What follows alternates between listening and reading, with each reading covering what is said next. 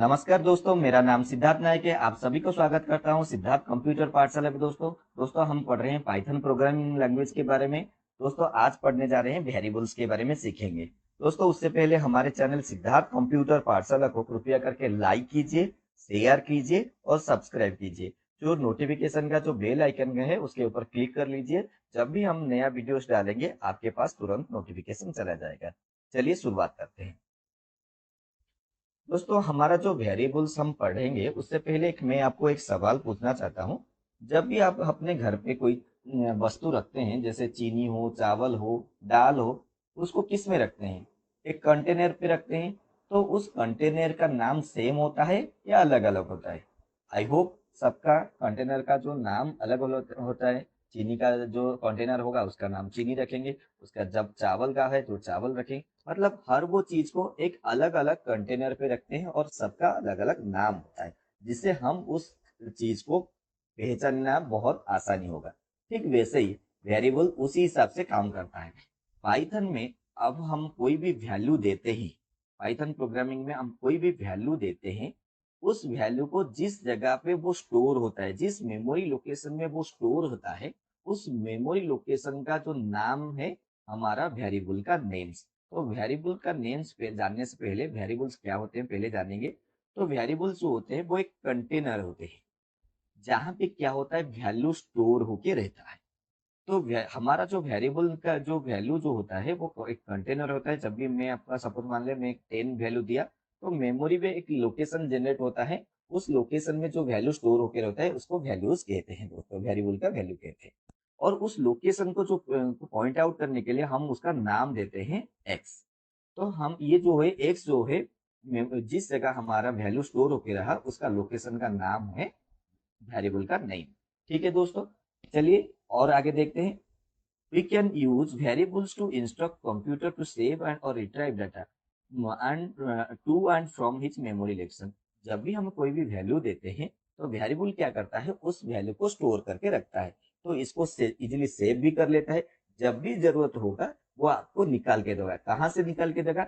जहाँ पे इसको स्टोर करके रखा है उस लोकेशन पे, जिस लोकेशन पे ये स्टोर होके रखा उस लोकेशन से हमें वैल्यू निकाल के देगा। ठीक है दोस्तों, कृपया करके इस लाइन को नोट डाउन कर लीजिए। चलिए मेन पॉइंट्स के ऊपर देखते हैं। यहाँ पे पहला जो पॉइंट लिखा गया है, a variable is a name given to a memory location. तो वेरिएबल क्या होता है? एक नेम होता है। हम किसको देते हैं? मेमोरी लोकेशन को देते हैं। कंप्यूटर का जो मेमोरी लोकेशन होता है जहां पे वैल्यू स्टोर होके रहता है। सपोज मान लीजिए मैंने एक वैल्यू दिया 10, वो कहाँ पे जाके स्टोर हुआ? हमारे कंप्यूटर मेमोरी पे। तो इस जिस जगह पे ये स्टोर होके रहेगा उस लोकेशन का नाम है हमारा वेरिएबल का नाम। ठीक है, मैं ए तो यहाँ पे क्या हो समझ में आ गया। मैं 10 नाम का वैल्यू दिया, वो हमारे कंप्यूटर मेमोरी पे स्टोर हुआ। किस लोकेशन में? लोकेशन नाम है ए। ए नाम का एक लोकेशन बना जहां पे वैल्यू स्टोर हुआ 10। यहाँ पे क्या सेकंड पॉइंट में क्या लिखा है? When we create a variable, जब भी हम कोई वेरिएबल क्रिएट करते हैं वहां पे क्या हमारे कंप्यूटर में कुछ मेमोरी क्या होता है, रिजर्व हो जाता है according to our variable data. मतलब हम जिस प्रकार का डेटा देंगे उस हिसाब से क्या होगा, हमारे मेमोरी लोकेशन में मेमोरी क्या होता है, रिजर्व होके रह जाता है। मतलब यहाँ पे जो मेमोरी रिजर्व होता है वो किसके ऊपर डिपेंड होता है? हमारे वैल्यूज के ऊपर। जितना बड़ा वैल्यू लेंगे उतना मेमोरी जो है रिजर्व होके रहेगा। ठीक है दोस्तों, उसके बाद जो थर्ड जो की पॉइंट्स होते हैं, हमारे जो वेरिएबल का वैल्यू कभी भी फिक्स नहीं होता है। वो हमेशा एग्जीक्यूशन के वक्त वो चेंज होते रहता है। और हमेशा याद रखिए एक वेरिएबल में एक ही वैल्यू स्टोर होके रहेगा, ये हमेशा याद रखिए। सपोज मान लीजिए मैंने एक एक्स नाम का एक वेरिएबल बनाया, उसमें वैल्यू दिया 10। ठीक है, उसके बाद मैंने क्या किया, एक्स नाम का फिर से एक वेरिएबल बनाया, वो एक्स प्लस 10 दिया। मतलब जो एक्स का वैल्यू को 10 इंक्रीज करके वही वेरिएबल पे स्टोर कर लिया। जब भी मैं प्रिंट फंक्शन को यूज करके मैं एक्स को प्रिंट करूंगा तो हमारे पास क्या आएगा, आपका वैल्यू आएगा 30। उसके बाद आपको इसको इरेज करके अच्छे से देखते हैं। नेक्स्ट स्लाइड पे चलते हैं। सपोज यहाँ पे मैं लिख देता हूँ x इज इक्वल टू 10। तो यहाँ पे क्या है, एक वेरिएबल कंटेनर बना, उस लोकेशन का नाम दिया x, यहाँ पे वैल्यू स्टोर हुआ 10। उसके बाद मैंने क्या किया, x is equal to x plus 25। यहाँ पे इतना लिखा। और जब मैंने प्रिंट फंक्शन यूज किया और x को प्रिंट किया, तो इस लाइन एग्जीक्यूशन के वक्त यहाँ का वैल्यू क्या था, 10। जब इस लाइन एग्जीक्यूशन हुआ तो यहाँ पे क्या हुआ, 10 प्लस 25 इज इक्वल टू 35।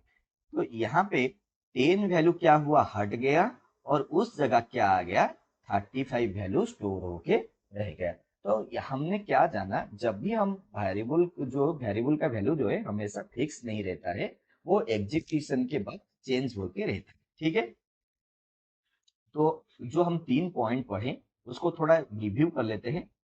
तो हमने क्या पढ़ा, जो वेरिएबल एक कंटेनर होता है जहाँ पे क्या होता है, वैल्यू स्टोर होके रहता है।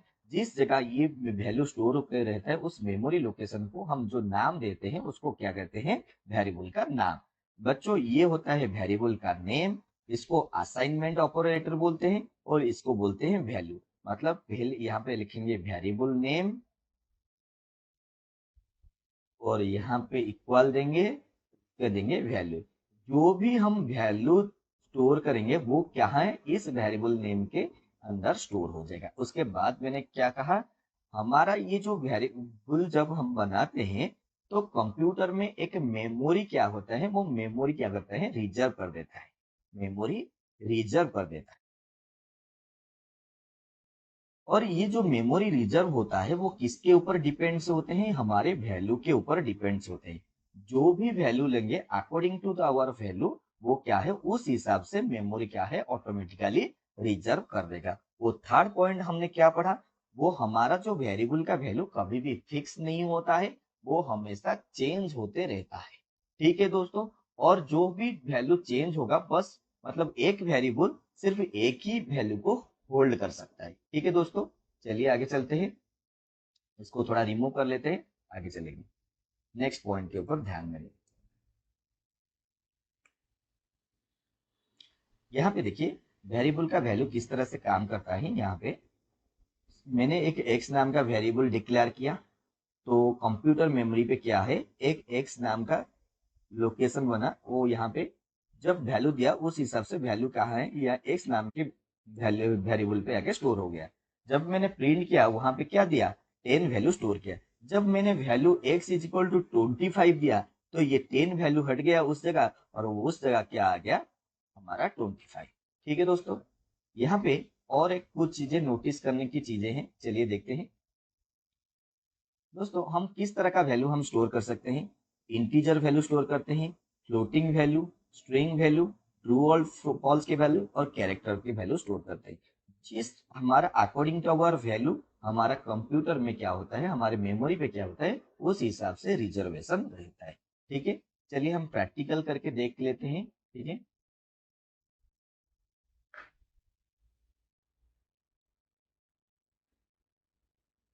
प्रैक्टिकल करके देखते हैं। मैं यहाँ पे स्टार्ट बटन में क्लिक किया, ऑल प्रोग्राम्स को जाके मैंने क्या किया, पाइथन चूज किया और वहां पे चूज किया आइडियली। चलिए देखते हैं, यहाँ पे मैंने दिया x इज इक्वल टू 10। ठीक है दोस्तों, यहाँ पे मैंने दिया, उसको प्रिंट कर किया तो हमें क्या मिला, वैल्यू 10 मिला। तो यहाँ पे जाना कि x नाम का जो वेरिएबल में कौन सा वैल्यू स्टोर हुआ है, 10 नाम का वेरिएबल स्टोर हुआ है। चलिए देखते हैं, अभी और एक कुछ स्टेटमेंट एग्जीक्यूशन करते हैं।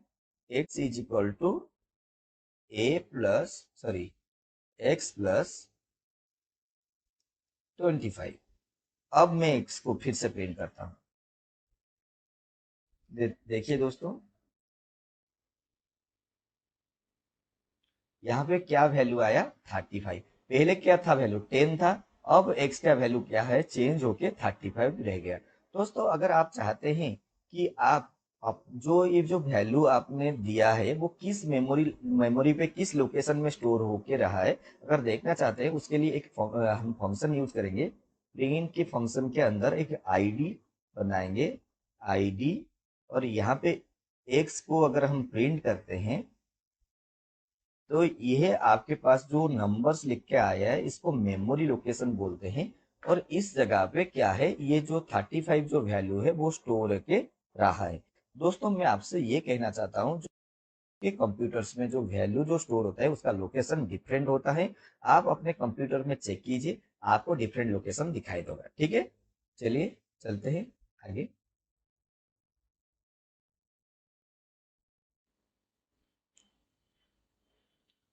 तो यही था हमारे वेरिएबल्स के बारे में। आगे हम पढ़ेंगे वेरिएबल्स का रूल एंड रेगुलेशन के बारे में पढ़ेंगे, किस तरह से हम वेरिएबल को डिक्लेयर करते हैं उसके बारे में पढ़ेंगे। और कुछ पॉइंट्स जो है मैंने लिखा है, की पॉइंट्स जो लिखा है कि a variable is a name given to a location to a computer. जब भी हम कोई भी वैल्यू देते हैं वो कंप्यूटर के एक मेमोरी लोकेशन में स्टोर होकर रहता है। उस लोकेशन को रिप्रेजेंट करता है क्या है, वेरिएबल का नाम।